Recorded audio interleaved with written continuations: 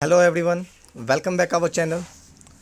Today again the same subject is management and the unit is third, that is organizational management.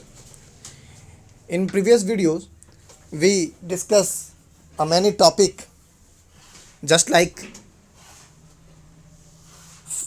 staff or second unit, first unit. This is the third unit and lecture is going on. The videos are simultaneously come from different topic or different point of organizational management. This video is totally related towards functional organization. Okay, this video is totally related to functional organization. One thing is an important towards the videos is this video is only for functional organization, but one notice for my students that if you want to make a attendance, please attendance, you have to sure your attendance is confirmed in comment box, not in live chat. Okay, because live chat is another thing and comment is another thing. So please confirm your attendance in comment box only. That attendance will be considered, which attendance is given by you in comment box, not in live chat. Okay, am I clear? Yes. Okay, now the functional organization is what we have to define. That functional organization has been divided to put the specialist in the top position throughout the enterprise. इसका कहने का मतलब है कि पिछले में जो हम लोगों ने पढ़ा है जितने भी चीज़, ठीक है ना, line and staff, what are the functions of line and staff, what is line and staff, how it is advantage, what how that advantages of line and staff towards us, towards company, towards organization, what has its rules to achieve the goals of the organization. That's many more things which we discussed in previous videos or lecture. Okay, now functional organization has been divided to put the specialist in the top position throughout the enterprise. मतलब functional organisation जो है वो divide करता है, बांटता है किसको, specialist को top position पे थ्रू आउट द एंटरप्राइज.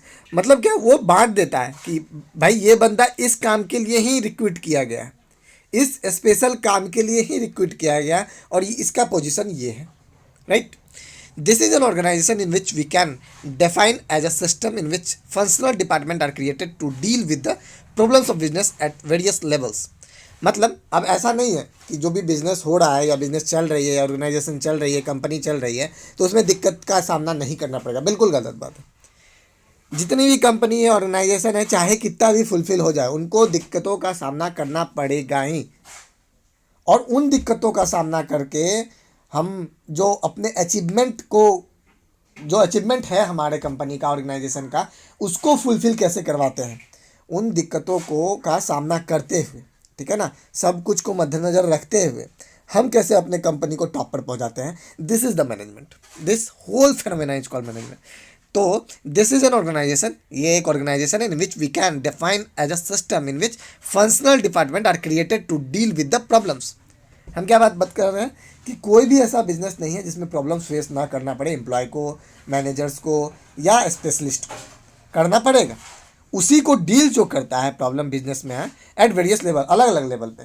मान लो प्रोडक्ट जब बन रहा है तब भी कोई चीज़ दिक्कत का सामना करना पड़ेगा.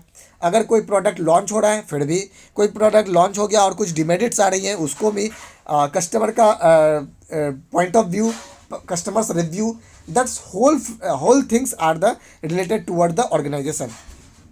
और कभी दिक्कत आए उसी को डील्स करने के लिए फंक्शनल ऑर्गेनाइजेशन डेवलप किया गया है.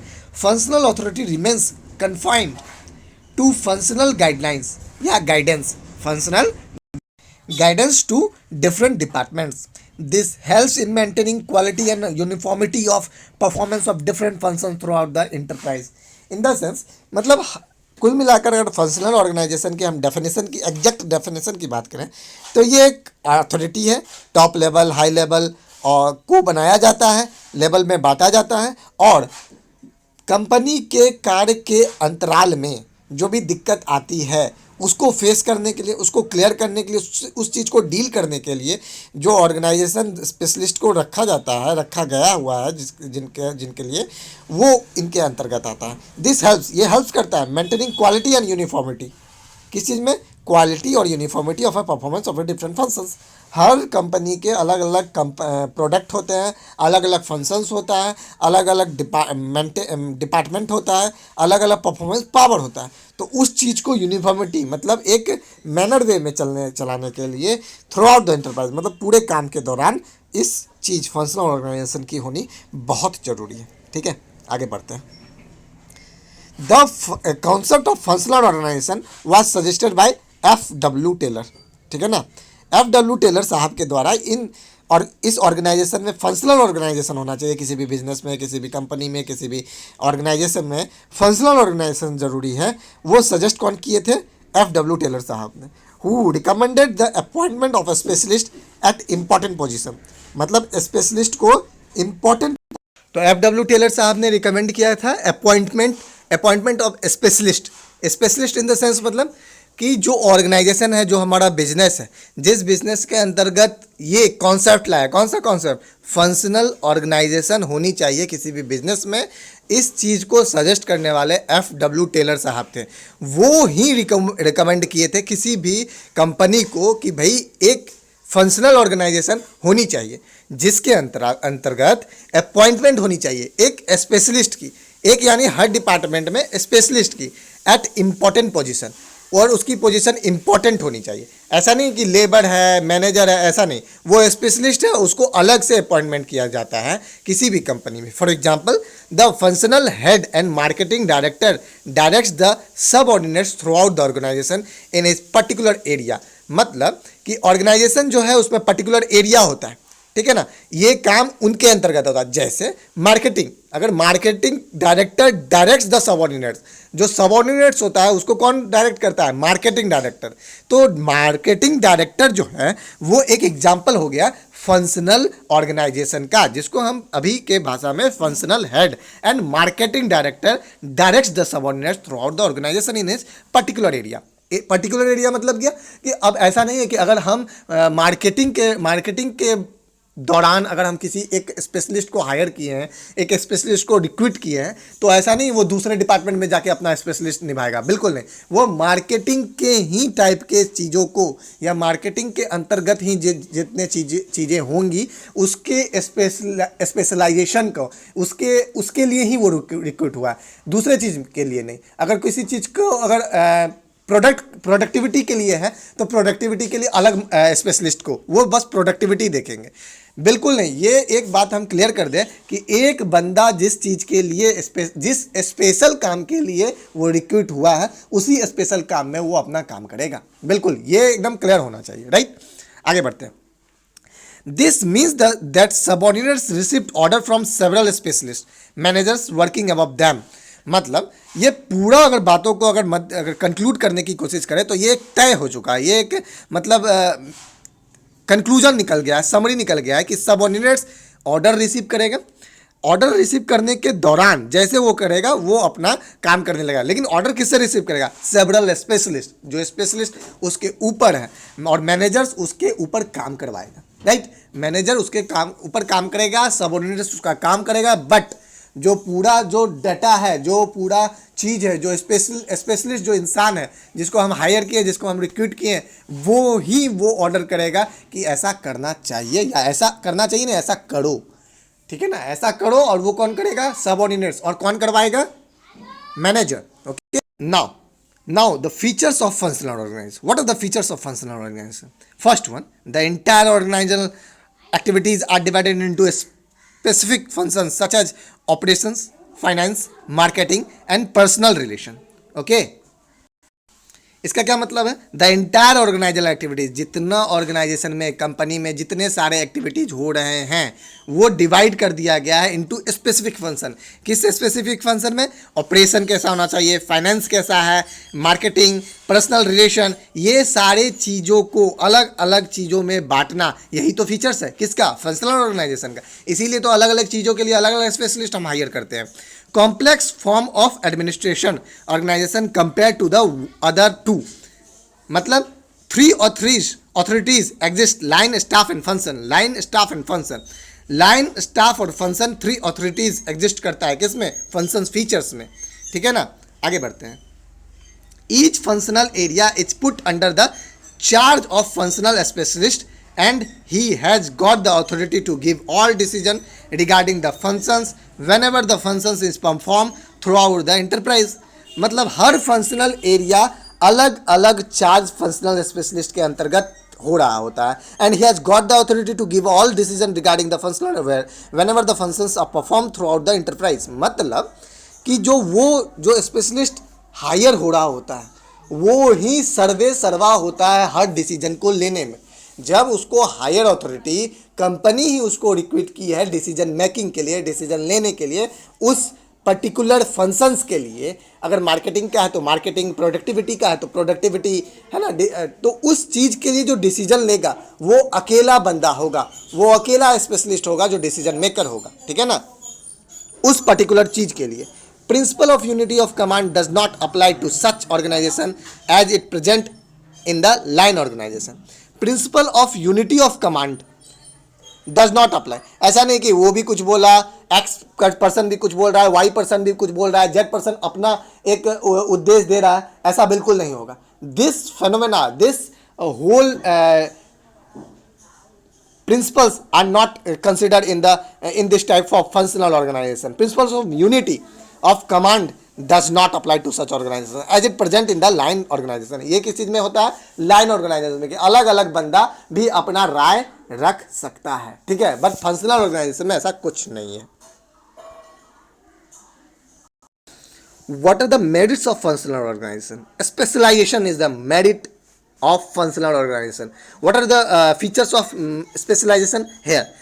Better division of labor takes place which results in specialization of function and its consequent benefits। मतलब क्या है, better division of labour, labour को भी हम डिवाइड कर देते हैं। अब ऐसा नहीं कि एक लेबर अगर किसी चीज़ में अच्छा है तो उस चीज़ को हटा के दूसरी चीज़ में कर रहा है, या उसको और भी दो चार काम करवा रहे हैं जिसमें वो अच्छा नहीं है। जो लेबर जिस चीज़ में अच्छा है उस लेबर को उसी चीज़ में के अंतर्गत रखते हैं और वही काम वो करेगा। This is called the specialisation, this is the function of specialisation, और you can say functional organisation. Next, effective control. Management controls in simplify as the mental functions are separated from manual functions. मतलब ये जो management control is simplified as the mental functions are separated from manual functions. मतलब क्या है कि एक दूसरे पे बर्डन नहीं पड़ेगा तो वो काम अपना बखूबी निभा पाएगा। Checks and balance keep the authority within certain limits. Specialist may be asked to जज the performance of various sections. अब स्पेशलिस्ट क्या करता है, वो पूछता रहता है मैनेजर से, ये काम कितना हुआ, ये काम ऐसा हुआ कि नहीं, ये काम ऐसा होना चाहिए तो वो हुआ कि नहीं, हम जैसा बता रहे हैं वैसा हो रहा है कि नहीं। This whole work is done by the specialist one. Okay, now next one, efficiency. Greater efficiency is achieved because of every function performing a limited number of functions। मतलब एफिशिएंसी कैसे नहीं आएगा, अगर हर एक काम के लिए अलग अलग बंदा को हम रिक्रूट किए हैं, हर एक फंक्शंस के लिए अलग अलग बंदा अपना पूरा एफर्ट्स दे रहा है, तो एफिशिएंसी तो बिल्कुल आएगी, है ना। Economy, specialisation compiled with standardisation facilities, maximum production and economical cost.